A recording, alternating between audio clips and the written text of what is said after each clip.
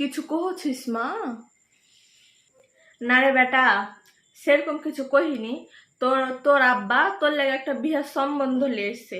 তো ছবিখানটা দেখ তো, ছেলেটাকে পছন্দ হয় নাকি তোর? কি কহছিস মা তুই? না না না না না না, এখন আমি কোনো বিয়া শাদী করতে পারবো না। এখন তুই আমাকে বিয়া শাদীর কোনো কথা কহবি না। আমি ভার্সিটির এক সিনিয়রকে ভালোবাসি, বুঝলি? আমি বিয়া করলে ওকে বিয়া করবো, তোর ওই পছন্দ করা ছেলেকে আমি বিয়া বিয়া করতে পারবো না। না রে বেটা, ছেলেটা ভালো, বুঝলি কি?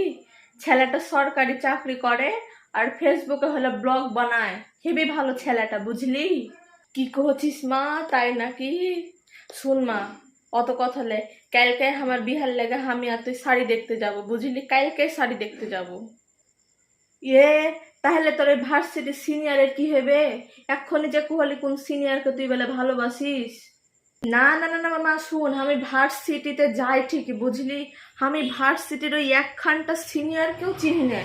কোনোদিন একটা সিনিয়রকে আমি চোখেও দেখিনি, তো চিনবো কেন করে কহ তো? আমি কাউকে চিনি না, ভার্সিটির কোনো সিনিয়রকে আমি চিনি না।